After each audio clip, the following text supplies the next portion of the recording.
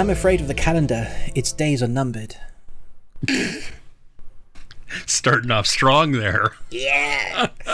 And welcome back to the best thing you watched this week. Because it's gonna be, we have an awesome video podcast for you today. We have great Patreon starting at just £1. Seriously, over 60 videos, £1. That's actually £2 with two fingers. Okay.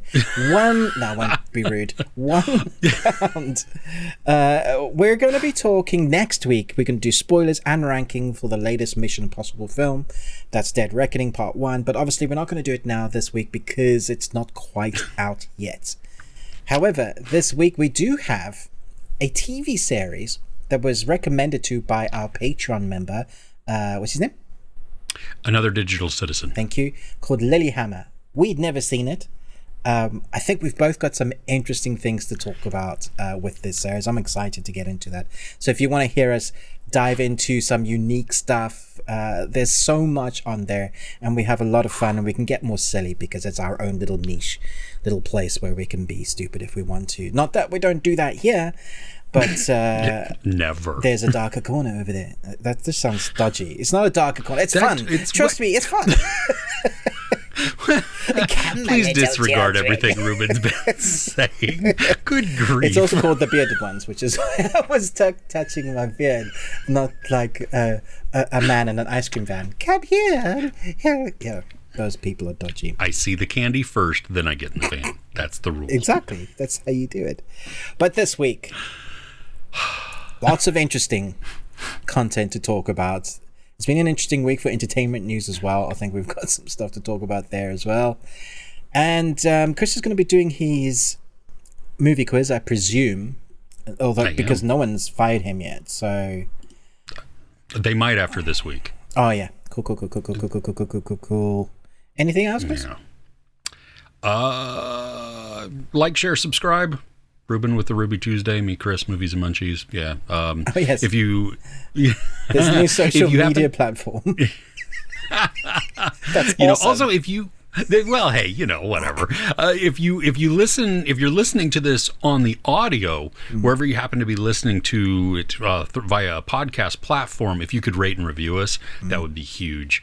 But yeah, we've got, what do we got? We've got movie quote quiz. Ruben's going to ask us a question. We're going to dive into the best things we watch. And then in the exclusive audio portion, that's where we are also going to dive into something that did not make our list. Sometimes those are things that they just didn't bubble to the top. Yeah. Other times they're straight poo. Mine this week, straight poo. How about you, Ruben? Yeah, a big poo week. Yeah. Big poo week, yeah. Yeah. And, we're going to review a movie. Ruben's been wanting me to watch this for quite a while. I have, yes. I finally watched it. Finally forced you to watch it. I'd never seen it. Can't believe it. There's part 2 and 3 as well. I do, and I'm looking forward to it because Rush Hour. Yeah, okay. Everybody collectively gasp. Yes, I've never seen Rush Hour until just recently. So we're going to be talking about that in the audio as well. Hell no! Never touch a black man's radio. Yeah. Whoa! What is it? Yeah, we're going to have fun talking about that. Yeah. Oh, that's great. Should we actually get started, though? Yes, with let's do it. Ridiculousness? So did anybody win the movie quote quiz last week? We did. Oh, okay. We had 2 people. Hey. Yeah. Okay. So Tara Briscoe, who is like the reigning champion. She's been I think 4 weeks in a row, something like that. Yeah. And Chris Retzlaff, both of them got all 3. The theme was Adam Sandler. So the first answer was Uncut Gems. Never seen it. Second, dude. It just looks too depressing for me. I'm like, It is. I saw that when the year that it came out, that was my birthday movie. And so I dragged my whole family to see it. My oldest son loved it. Right. My wife, my daughter-in-law, and my youngest son were like, please never again. Never do that to us. Yeah, okay. It is stressful. Okay. And so well executed. Sounds like a fun watch. Yeah. I am pissed that he didn't get. I mean, he should have won. I heard he should have won an Oscar for that. Yeah, it's just because he's Adam Sandler. That's what people were saying. Yeah. Yeah, what the crap? No, dude, when you have somebody who's gone from like stupid just humor movies and then delivers an A+ performance, you need to recognize that. Don't just go, well, it's a one-off because he's a comedic actor. Better recognize. In Living Color. Yeah. I loved that show. That was great. Okay, sorry. I digress. So, Uncut Gems. Number 2 was Grown Ups. Number 3, Mr. Deeds. Very sneaky, sir. So the feet. Oh my gosh, the feet scene. That makes me cry. Yeah. Yeah. No, kidding. Okay. This week, this is going to be harder. So this might be the week that I get fired. All right, cool. Okay, these are going to be obscure. They're older. There we go. Okay. Fire, Chris. Fire. Okay, number 1. You have been recruited by the Star League to defend the frontier against Zur and the Kodan Armada. You know this one. Yeah, I do. Okay. I watched you very carefully. Red light, stop. Green light, go. Yellow light, go very fast. Number 3. Correction. I need the superior information in your inferior brain to fly this thing. Okay. Yeah, there is a theme, even an era. So that might help you nail things down. No cheating, but let us know in the comments below. What did you get? All 3 of those? Did I stump you? Was this my last week? We'll give you the shout out next week. Ruben, though, do you have a question for us, please? Yes. I'm just it's a bit of a silly question, but maybe people listening can answer this question for me. I saw it mentioned on Twitter this week, and I thought that's a really good question. For me, I'm a Trekkie. I love Star Trek. I love every incarnation, the new stuff, the old stuff, the bad stuff. Anything new, I love it in that world, that sci-fi zone. But there's been a consistent theme, and for the life of me, I can't work out why. And it's like ruined Star Trek for me. Oh no. It's fine. I will keep watching it, but every time I see the front of let's say the Enterprise, and you're inside, and everybody's the captain's there in his chair, and you have all the others at the various stations doing their little gadget things of the fake screens blowing torpedoes, and Captain engage. Yeah. Number 1. What is that? I don't know. Yeah, exactly. All of that. And they're all flying. Why are there no seatbelts in any of the spaceships? Because how many times have you seen them fall out and roll away? With all the technology they have, they could have had that, you've seen in some films where they automatically just kind of, because you can still fake the thing throwing around, or the chairs could even break one if you're having a big crash, or I guess it's not as dramatic. But with all the technology and all the time, why do they not have seatbelts on their, a strap, a bar, something to stop them? In every season, in every movie, never something to hold them down.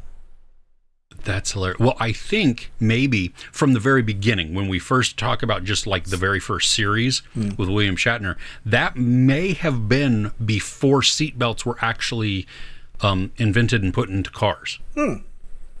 So that explains. So to be authentic, they've just continued the trend. What I want to see now, someone in that does like crash test dummies, needs to do crash test dummies for Star Trek. Star Trek? Oh my gosh. Well, and you've got I love the reboot of the Kelvin timeline, where Chris Hemsworth is in the captain's chair. I want to see that one where he goes into Nero's shit. Oh, sweet. Yeah. Anyway, random sci-fi question. Let us know in the comments what you think the reason is. I'm sure someone that is like an absolute geek will be like, in episode blah blah blah, they said blah blah blah, and that's the reason blah blah blah. And yes. I'm fine with that. But still, no seatbelts, guys. Nah. Should we get into it? Yes. You want to go first? My wife said I need to do lunges to stay in shape. That would be a big step forward.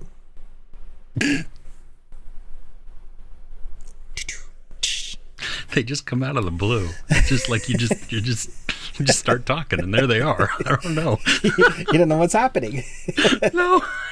So good. All right. Yeah, so my week this week was a poo.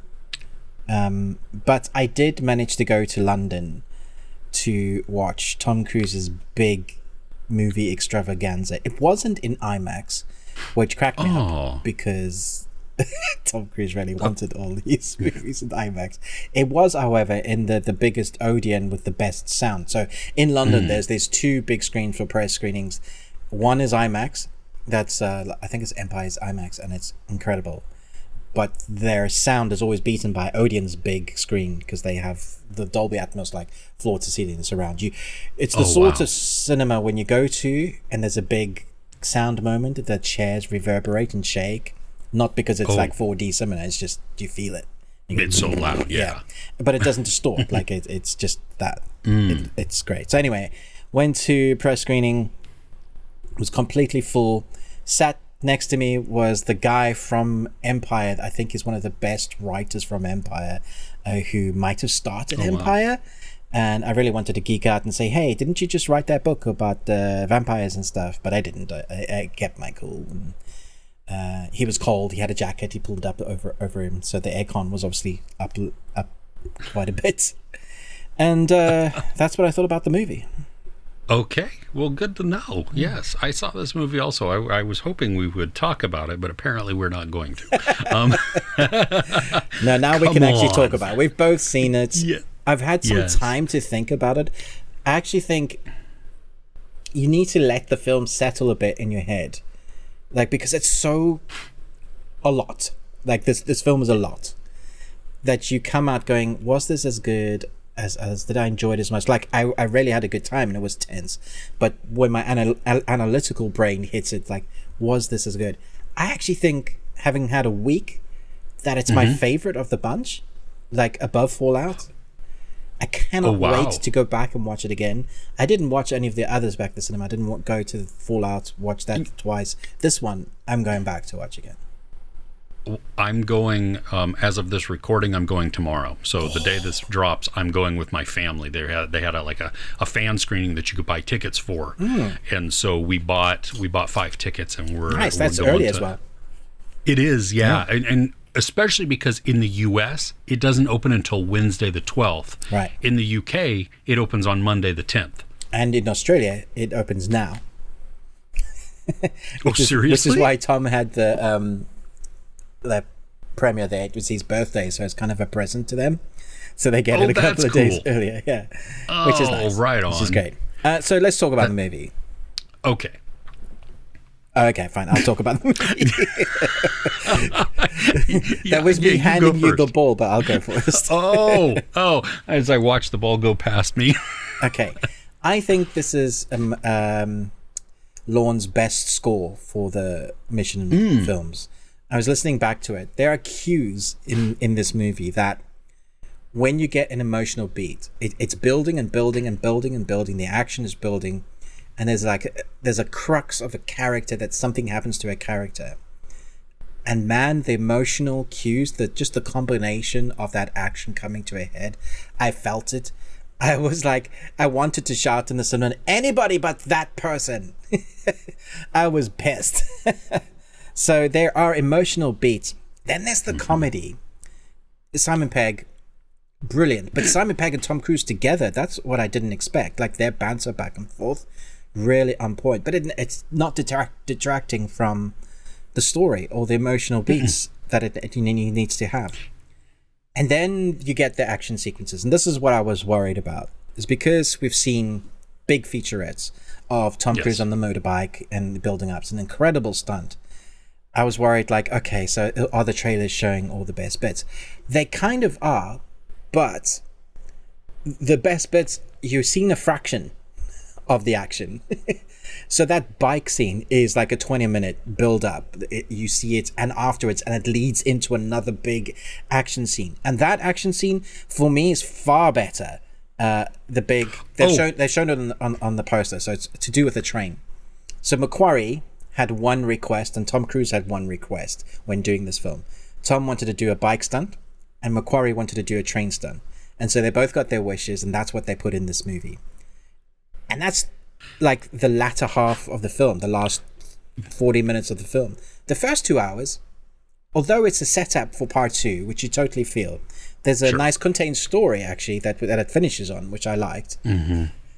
But it's the leading up to the Rome sequences where our characters have to fight. And everybody's been hearing about it now and all in the reviews. So I'm just going to say it's a very interesting bad guy because it's AI. And if you hear that, you're going to roll your eyes and go, oh, because so many people have done it badly. And yeah, I get it. It's nonsense.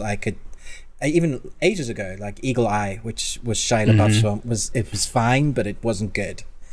This is how you do an AI movie and make it relevant, but make it feel tangible. You swap that out as giving the AI an agent, that makes it real. And then you make that agent flipping scary because you link it to the world. You make it very real. And I thought, damn. And so I thought it was very Hitchcockian, which I wasn't expecting it to kind of hark back to that original first Mission Impossible, the shadows, the noir. Yeah. We have all of that, and somehow it works in amongst the big action. Hayley Atwell, good Lord. I need to see a bunch of movies with her in this character. I want to see all of them.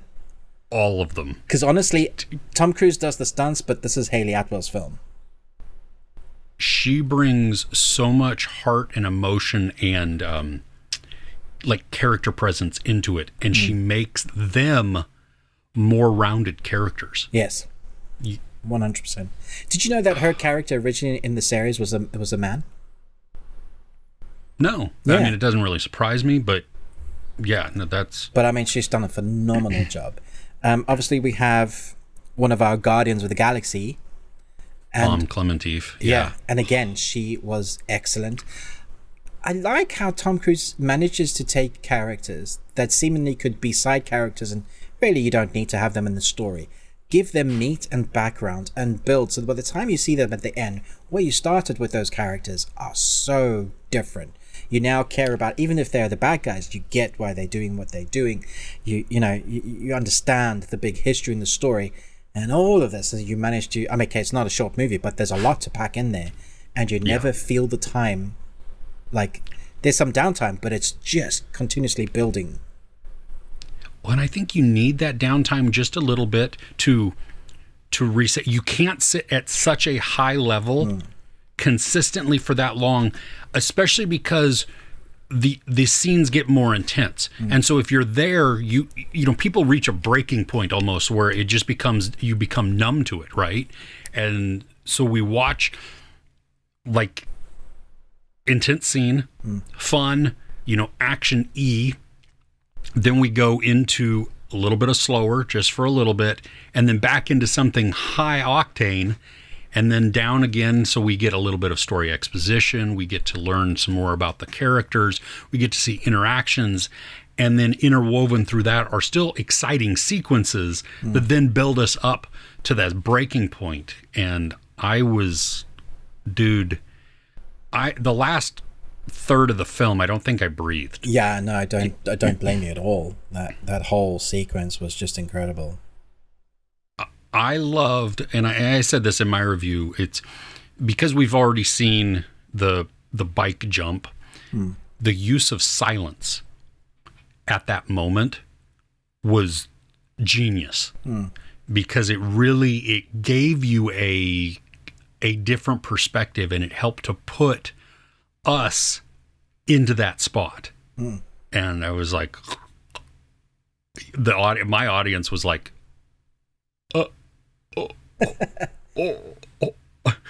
There's a number of nods to other films and sequences, like I would say the Italian Job, with the little mini car running all over the place, which I thought was genius.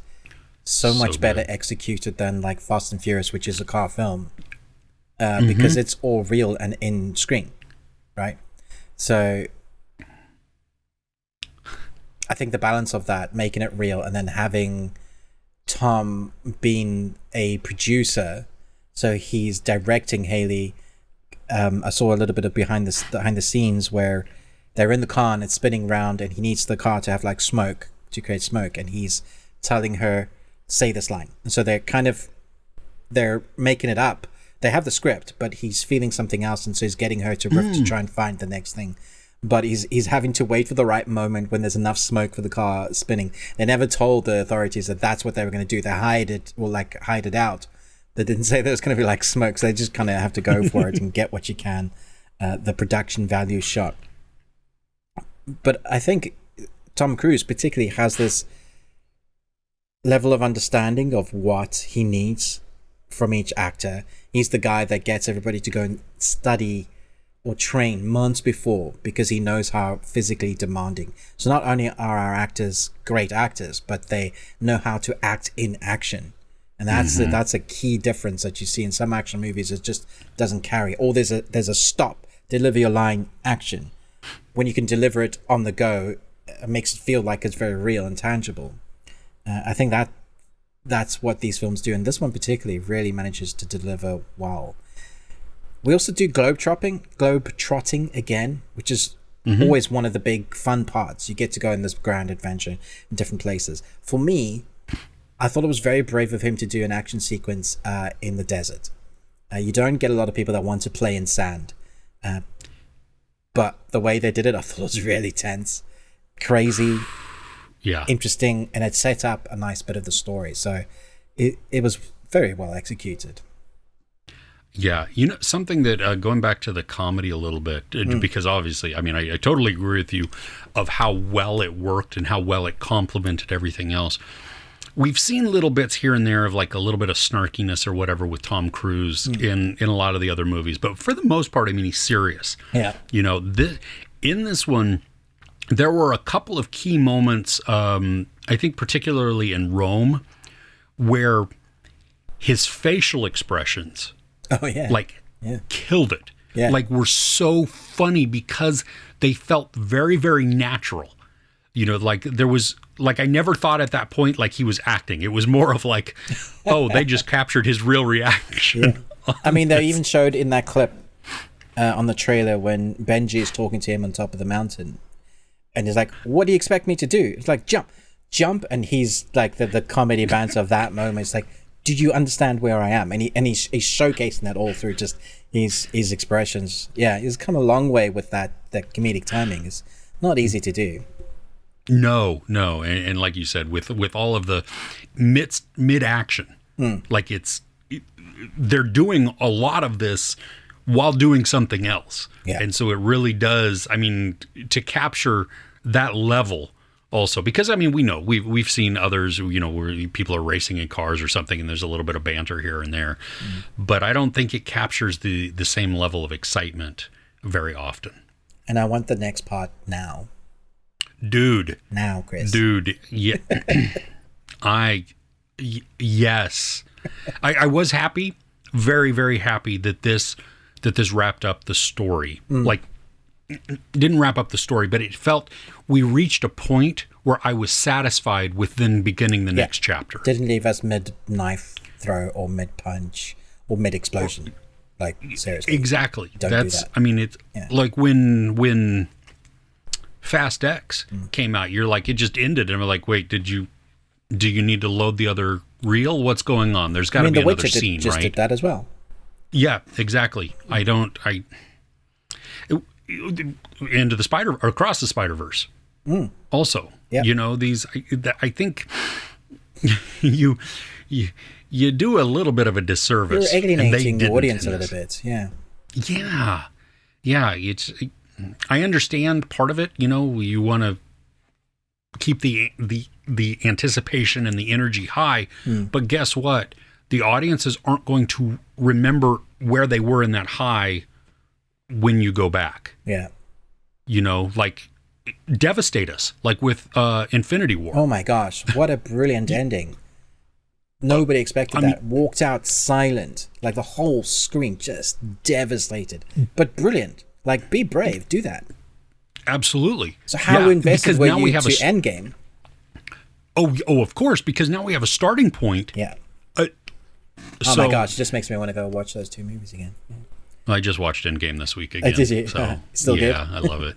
Oh, yeah, totally. that whole last hour battle scene is so much fun. It's so just good. Have that on loop. Yeah, exactly. Yeah. Right on. Okay, you good to move on? I mean, I could talk about this all day, but yeah, we will venture into spoilers at some point. Yeah, we will. Yeah. Cool. Okay. So that was on my list. So really, next on my list is this is something completely different. For Father's Day a few weeks. And now for something completely different. My oldest son and my daughter-in-law got me a present for Father's Day, and I didn't get any present. Oh, I'm sorry. Kids, we have been are you listening. Sorry. Well, we have been playing this game every week. We just have a family dinner and they come over, and so we've been playing this every week. I bought the expansion pack, so now it's like the deluxe edition, and it's called Doomlings. Doomlings. I think you were telling me about this last week. It is it's a deck building game. So it's you collect cards and they build on each other and you go around and everything. I want it. The artwork on them is genius. I mean, it's beautiful to look at. It was a Kickstarter game, and obviously they got fully funded because now you can buy it in game stores and stuff. Ooh, nice. £22. Oh, yep. So the base game is outstanding. Okay. It really is. But then I got the expansion pack, which made it the deluxe. Right. And it added like 3 new types of like genres of characters that go into this. Right. And it's basically, I mean, like if you've played Exploding Kittens, or even like Dominion, some type of game like that where it's deck building or card game, it's kind of fast moving, but it's so complicated too, but in a very easy and understandable way. So it's like you could put down a card that just affects you or benefits you, but it also could affect other people. There's cards that affect everybody all at once. Teach us how to play. Yeah, totally. Cool. Yeah, it's oh my gosh, it's so much fun. The games probably last about 45 minutes. All right. And that's because we're talking and everything else. But it's so good to just see when you get new cards. And really the biggest thing is like we've cycled through the character cards, the trait cards, but we have not cycled through all of these age cards, and those dictate for everybody else what's going on, or for everybody that's playing each round, and each round is one time around the table. So it's really simple. I think you can have how many players? How do you 2 to 6? How do you win? There's so it's like the beginning of the world. So you begin with the beginning of life, and then you go through and you have ages, and within the ages there are catastrophes. And so once you hit the 3rd catastrophe, that's the world's end. And there's a special penalty type of action that happens there also. Sometimes it's not bad. So the aim of the game is to end the world. Terrible. Well, it's going to anyway. Right. And then once you've done that, then you add up your points. So each trait card that you have has points to it. But some of your cards can be dependent on other people's cards. Some of them have a world's end type of thing. So when the world's end happen, you get to play this action that then affects everybody else. Okay. It's so good. And there's some really, really good, valuable cards. And like, so my wife played a really great card and I took it from her, right after she played it. And so the next time around, she was like, thank your dad. And then she puts down, like everybody has to discard like 4 cards or something like that. Oh, dear. It's just, it's such a good casual game that it's detailed enough to be investing so that you want to actually pay attention and have fun as a group. Yeah. But it's also not so complex and so detailed that you can't enjoy it or have fun with it, and like some of those games, they become so like you have to read every single thing so closely, and like you're just uber focused. And this, it has a mix of that. We most of us, everybody but my daughter-in-law last week, had some kind of influence on us that messed with our brains. So the game took a little longer, and it was funny because my daughter-in-law was like, I'm going to win. So I made her a daiquiri and to level out the playing field there. Nice.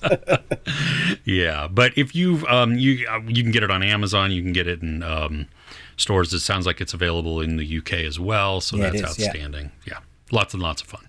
Nice. Yeah. All right. What's next on your list? Yeah. What is next on my list, Chris? So I started watching The Lincoln Lawyer. Got 2.5 episodes in.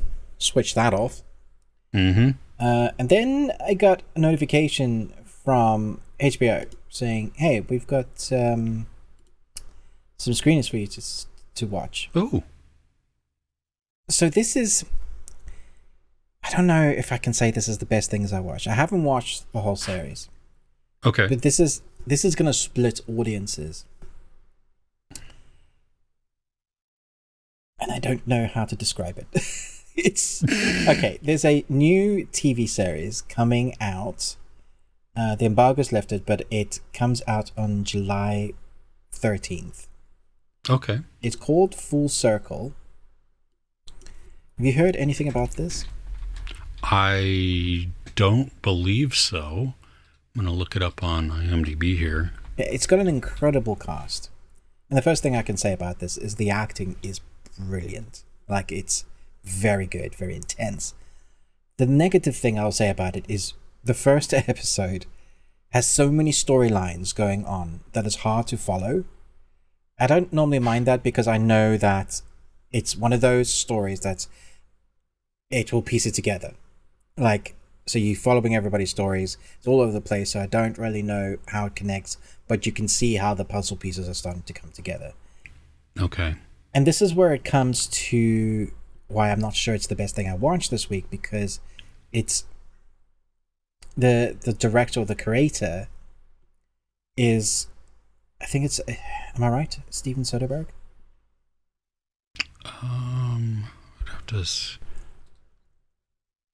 Yeah. He directed all of them. Yeah. He didn't write them though. No, he didn't write it, but he is directing this. So I think when it comes to Steven Soderbergh, for me especially, very hit or miss. There's some stuff I like, and there's some stuff I just... He's one of those that I'm more inclined to go, yeah, I'm not sure that's for me. Or I watch it and be like, I didn't get it. What do you know Steven Soderbergh's work much? Are there any that you like? Yeah. Let's see here. Let me go. I'm going to his page so I can just make sure that I'm hitting. Because I mean, let's see here. Did he do the Ocean's movies? Yeah, he did the Ocean's movies, so I liked that. Traffic, Aaron Brockovich.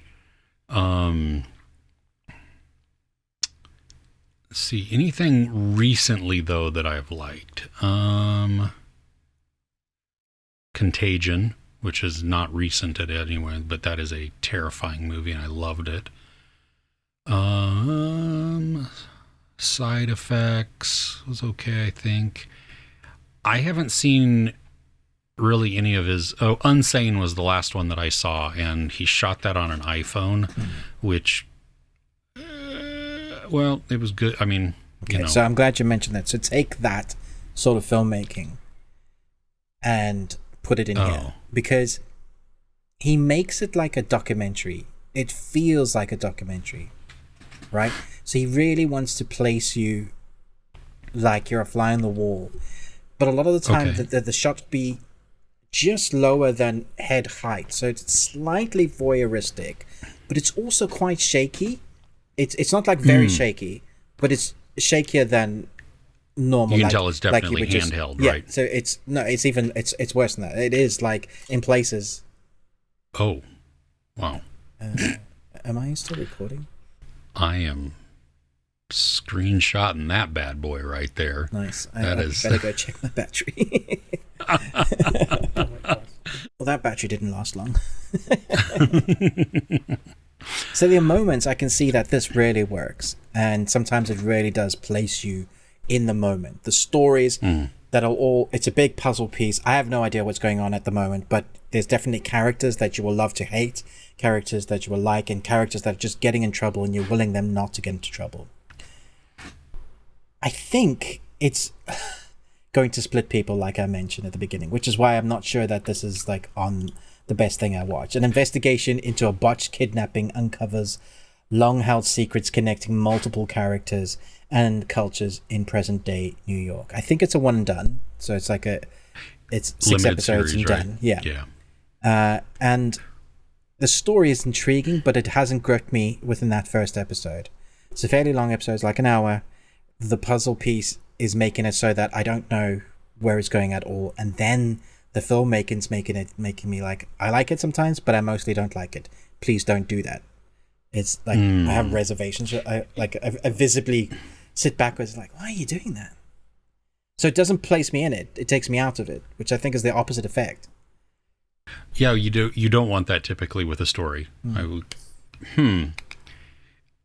Well, okay. Yeah, it's 6 episodes, 2 episodes each week. Drop. How long are the episodes? Are they hour? Yeah, or about half an hour, I think. About an hour. Okay. Well, there's some, like I was looking as I scrolled down in IMDb. You've got like the names that really stood out to me were Zazie Beetz, Timothy Olyphant, Jarrell Jerome, Claire Danes, Dennis Quaid, Alex Winter, Jim Gaffigan. It's an amazing cast. They are good. Everybody brings their A game. Like, the script is so Soderbergh, or like films that you would associate watching with him. The filmmaking the same way, like it's just Soderbergh on Soderbergh. Whether it holds out and it is worth the 6 hours, I don't know. Okay. But that was like, if you like Soderbergh, watch this. If you have mixed feelings, maybe wait till they're all out. See if you want to watch it all together. Okay. Funny enough, going on that exact same theme, there is a second season of a murder mystery coming out on Apple this week called The Afterparty. Oh, yeah. I had not seen the first season. Oh, okay, so I really? Binged it. Dude, you've done quite a bit of binge watching this week. I have.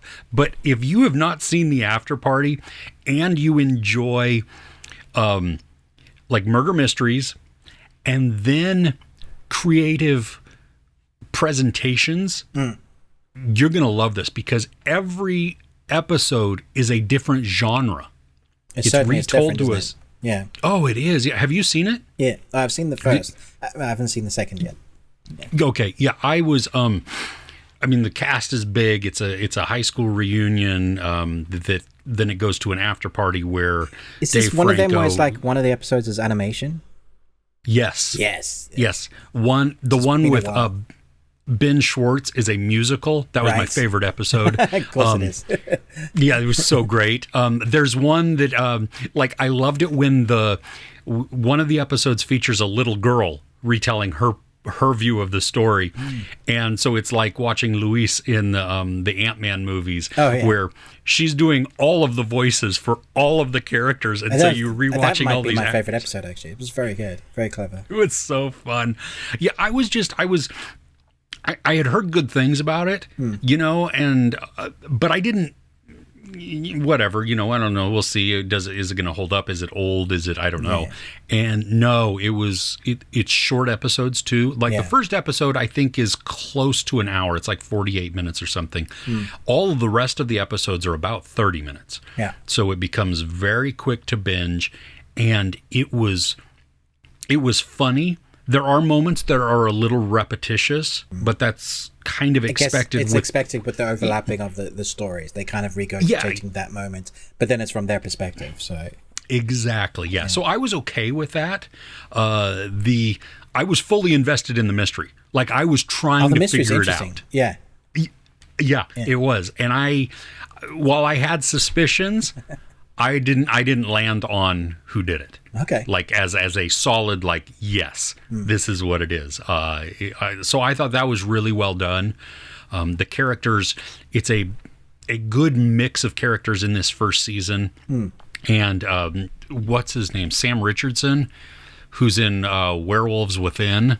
Nice. He is. Love that. I do too. But I love his whole presentation of who he is, like how he acts, because he's unassuming and he's kind of everyman, so he becomes very relatable. Like even if he's doing things that like you wouldn't necessarily do or that you've never done, you could see, at least I can, like, oh, well, I could react that way. He's just likable though, isn't he? Like anything he's in, you kind of just like him.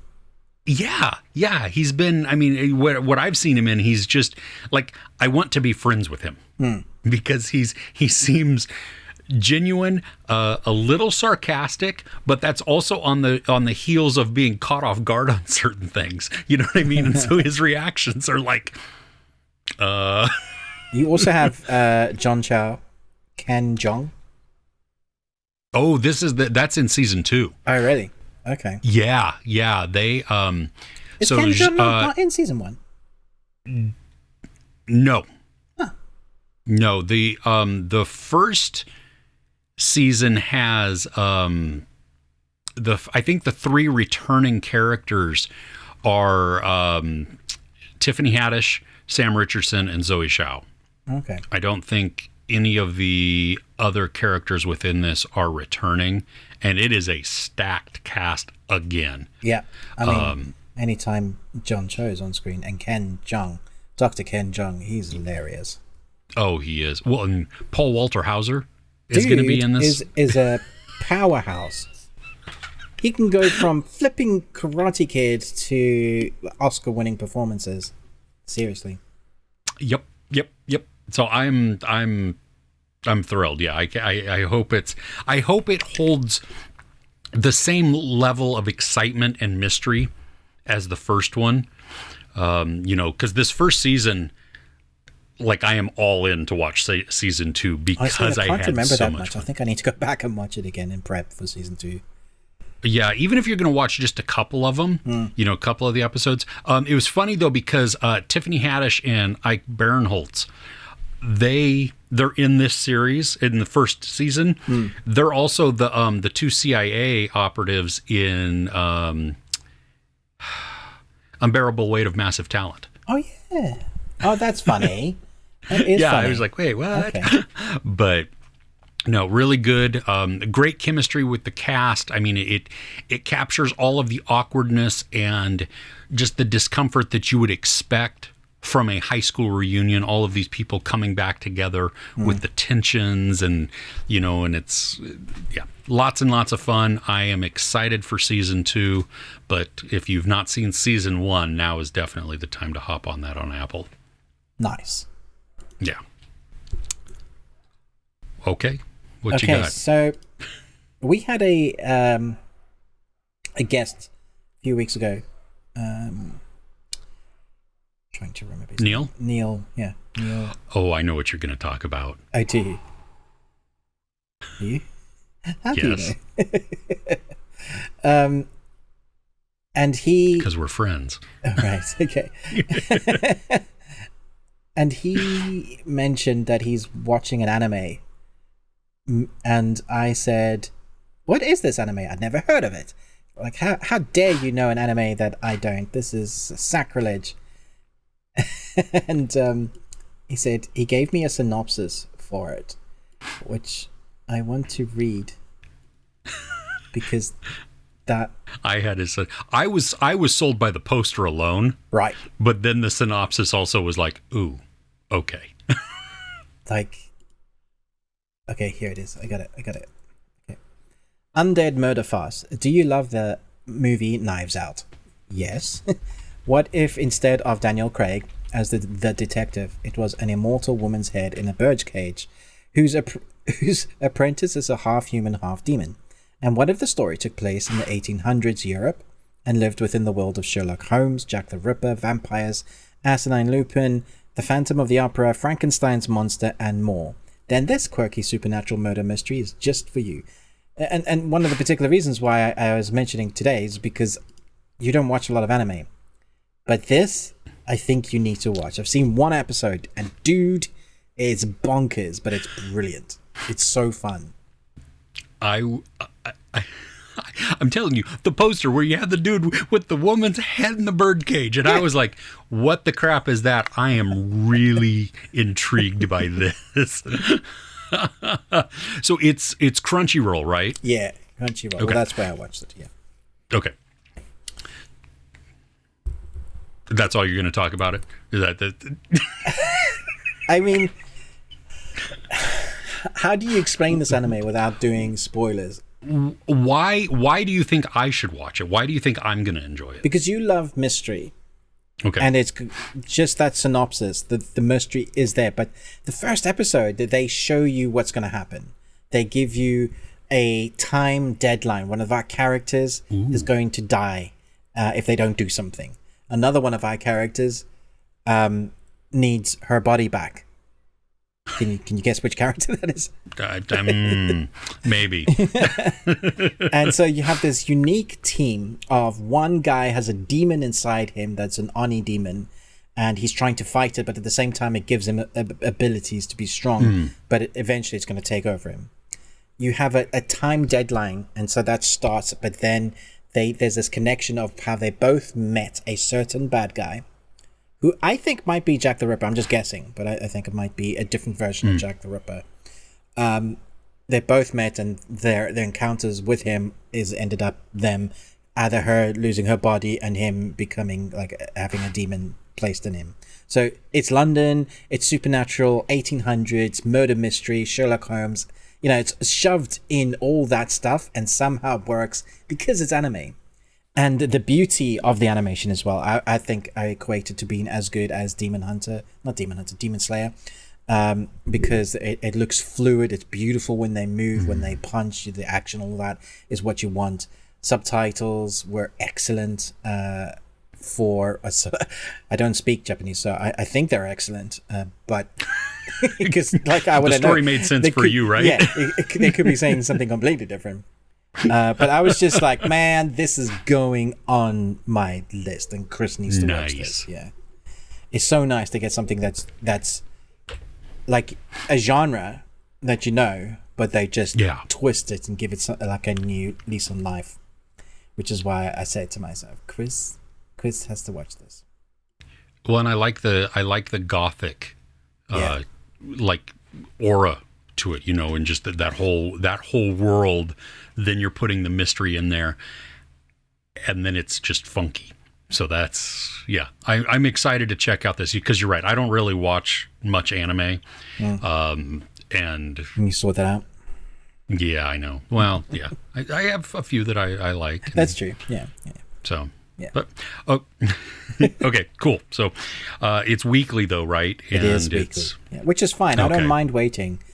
Like with anime, when you get new seasons of things, you watch 3 or 4, and then they'll release on different days. So you kind of look forward to each new week, which I used to love doing with TV. It was great.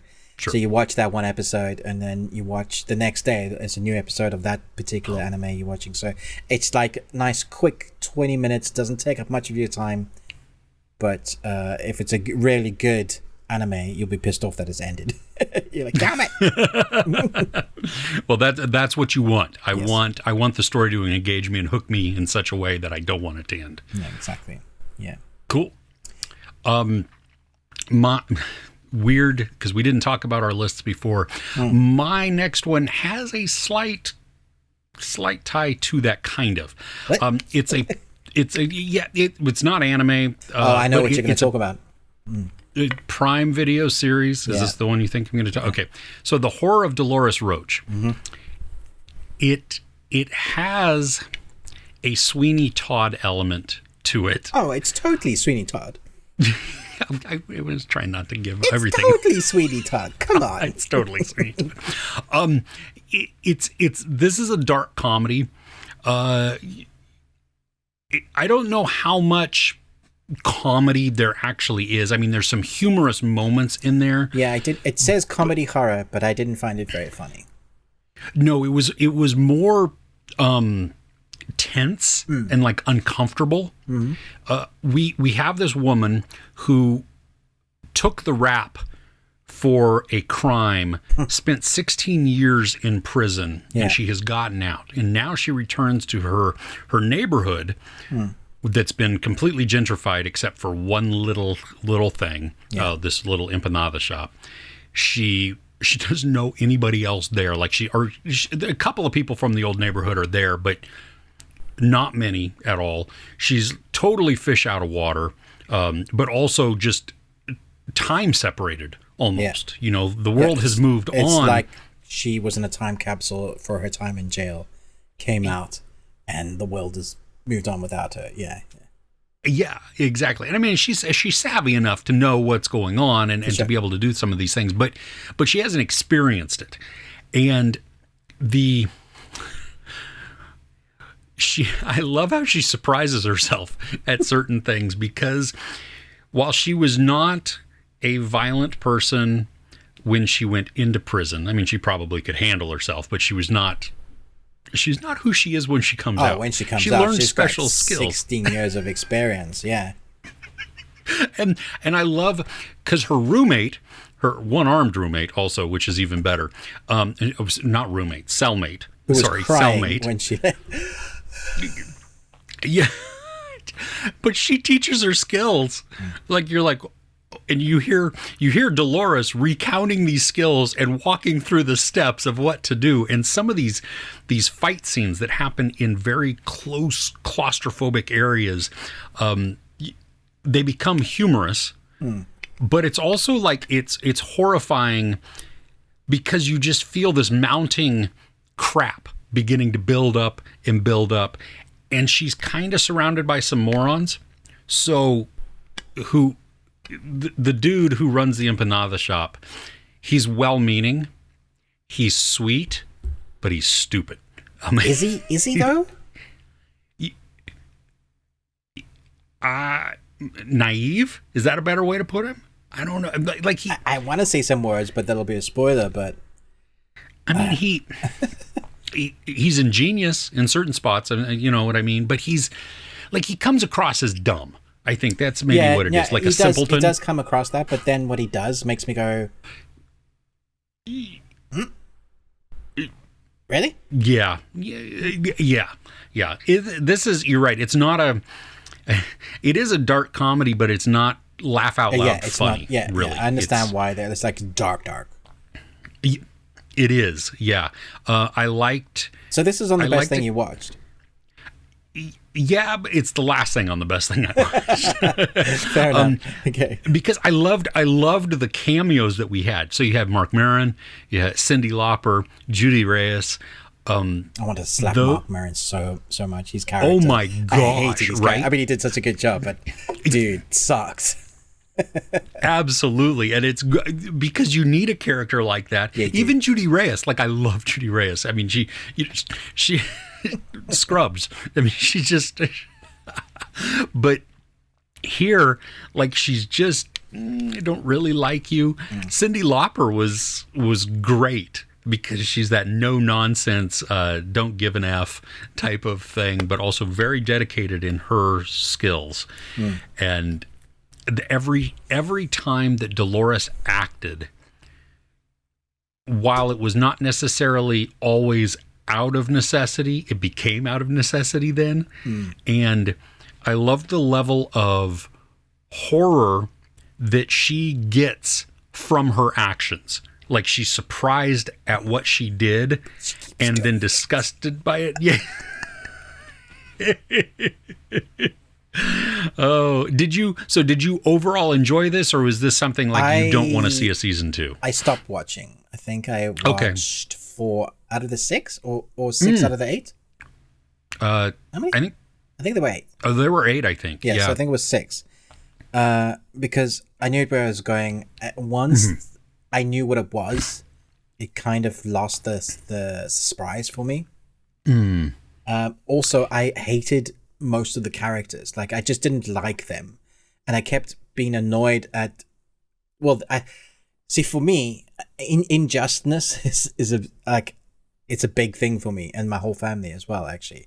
So whenever we see something that's unjust, it's like we want to see a good outcome for that character. But here we have a series that the character just keeps having crap piled upon her, and then she finds herself in a position that really there was no other way for her to get out. Like, you understand that what she did was what she had to do.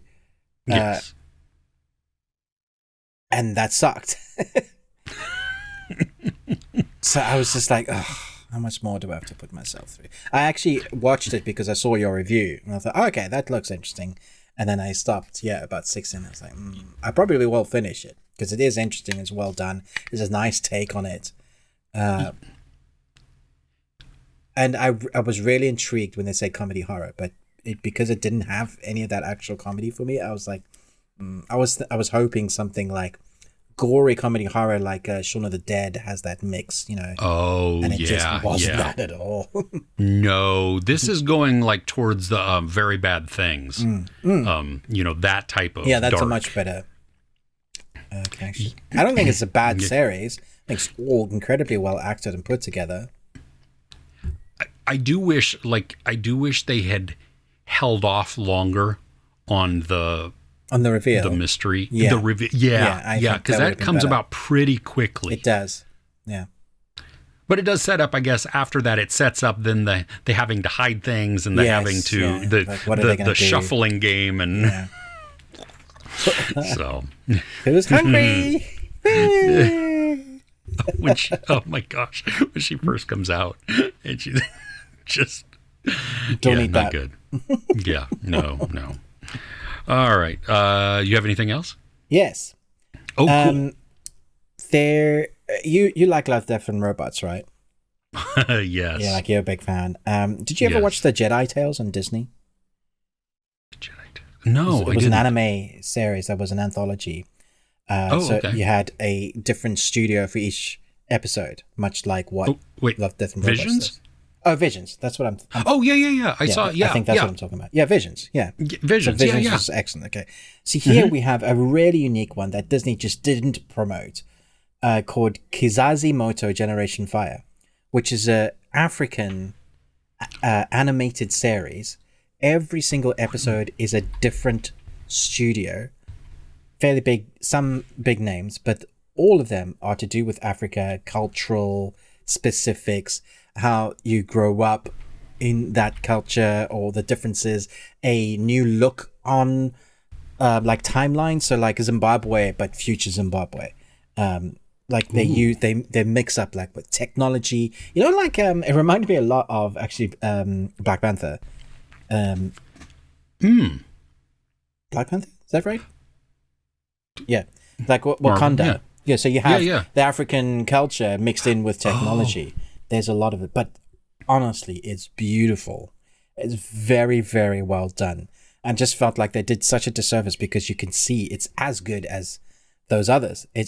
Honestly, it was just a ride and wonderful to watch. I will watch a few of them again. I'm good. I'm looking at the trailer right now, and I'm blown away by the different animation styles. Yeah, so and many. Some of those are like, what the crap? Why isn't Disney like pushing?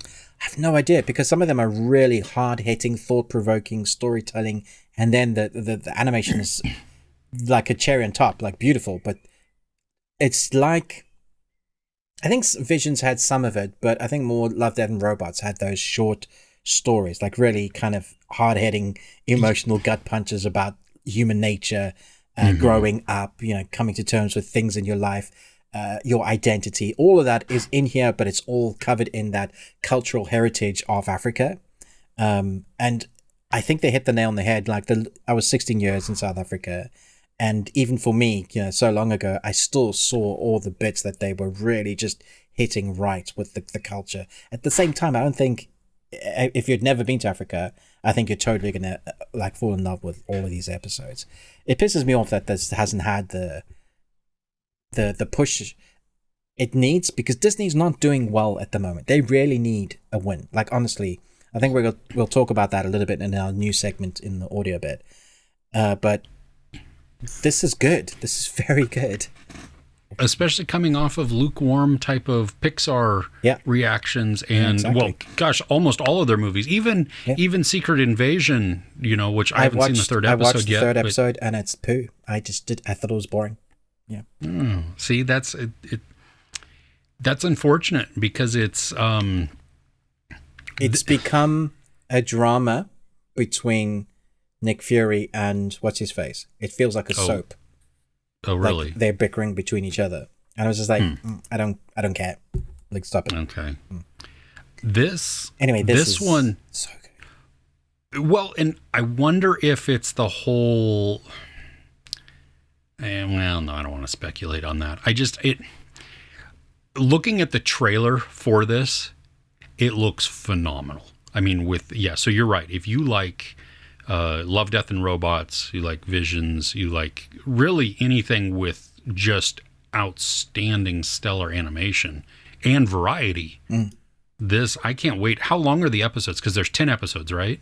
Oh, yeah. There's 10 episodes. They're short. I mean, they're like 10, 15 minutes. Wow. Yeah. So very easy binge. Nice. Okay. I'm just trying to remember my favorite. The first episode, called Herder Boy. A reckless teen must protect a precious herd of cyborg cattle from a deadly spirit monster. It's brilliant, because they take in Africa, but then they just like technology and literally sci-fi. So they use the gadgets, how to herd them, but then this kid has to stand up for himself and fight a beast, and how they use that is excellent. Episode 2 is basically a homage to Cannonball Run and Cowboy Bebop, and it's wonderful. 4, I think you might find your favorite, Surf Sangana. It says taking surfing, but like Cthulhu mix. Right? What? Yeah. Well, and I saw they show a little clip of that, the animation style on that, where the person is riding the wave, and it is like, ooh, that looks cool. It's so good. Episode 6, Mukudeze. That's the one I was talking about, Zimbabwe. So our kid gets, he's a graffiti artist, and somehow he opens up a rift in space and time and ends up like in a possible alternate future of Zimbabwe. And it's all like the Fifth Element sort of skyscrapers, but they need to fix it. And so he teams up with another young lady, and they, fix that. And so unique and different. Stardust is beautiful. An outcast stable girl demands an elite destiny scroll from an all-knowing oracle. That is like desert, sort of Jedi, sort of what is your destiny, and what does it mean to have a destiny, and should your destiny be picked? People are online are loving episode 10, Enkai, about a girl that has the power as her mom, but she can't control it, and humans are destroying Earth once again, and how long must these two entities, her mom and the daughter, stay and protect Earth while we keep destroying Earth? There's a obvious message, but it's like one of the most beautiful, pretty episodes I've ever seen.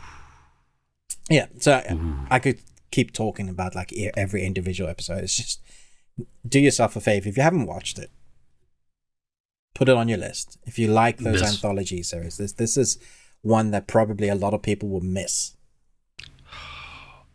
Disney, step up the game. Seriously. Wow. Yeah, though this is going on my list because I want to see this. Thank you for telling me about this. This is great. You are welcome. Cool. Anything else? I don't think so. Like, there was a Netflix animated series called Wake Up Carlo. It's a Brazilian animated series. And what's that weird series that we loved? Centaur World? Yeah, Centaur World, yeah. It's like that, but on acid. Right? It's like Centaur World, but on acid. But more. Yeah. But that's... what. And I honestly, I just didn't get it. A lot of the comments are, yeah, this is Brazilian comedy humor. You will only get it if you're Brazilian. And I was like, well, if that is true, then you've really niched your zone, which is not smart. I did say in my review, it's totally me, and I think this will have a niche audience, and it seems to be gaining that, which is fine. You know, we're not going to like everything, but for me, the story was all over the place. There's one bit in the trailer which I laughed out loud, and I was hoping there was going to be more of that. There's a little girl, the car alarm goes off, and it's burp, burp, burp, and she's dancing to the different types of car alarm moments, and it was great. And I was like, oh, that's hilarious and really stupid, but actually works. And it just didn't ever again reach that. It is weird. So you know, if you're feeling weird and you want something as crazy as Centaur World, then give it a try. I couldn't follow the subtitles; it was too fast, so I had to have it in English. And the English is good; they did a good job, so that's fine. Okay. Yeah, so I didn't know whether I want to talk about it. So that's all I really want to say about this. Like, it is what it is. Okay. Yeah. Okay. Wake up, Carlo. Wake up. All right. Well, I think that'll do it then for us. We thank you so much for listening. Again. Oh, wait. I forgot something. Sorry. Oh, how do you follow Will Smith in the snow? I don't know. You follow Fresh Prince. So you can carry on now. Oh, like, share, subscribe. Ruben with Ruby Tuesday. Me, Chris, Movies and Munchies. Don't forget, we do have a Patreon opportunity. It's £1 to get in on that. Over 60 videos right now, with more being added each week. We're also this week. In particular, we're diving into the series, the Netflix series Lilyhammer, and gonna just talk about that. On our audio only portion, you can hear us talk about Rush Hour, the thing that either did not make it on our list or was just utter poo. We're also going to talk about entertainment news and a lot of the releases that are coming up this week that we think we're looking forward to, at least, and maybe you might be as well. I think, yes, that's it. That's it. I think cool. So. All right. Okay. Well, hey, we thank you for joining us. We will see you next week. All right. Take care.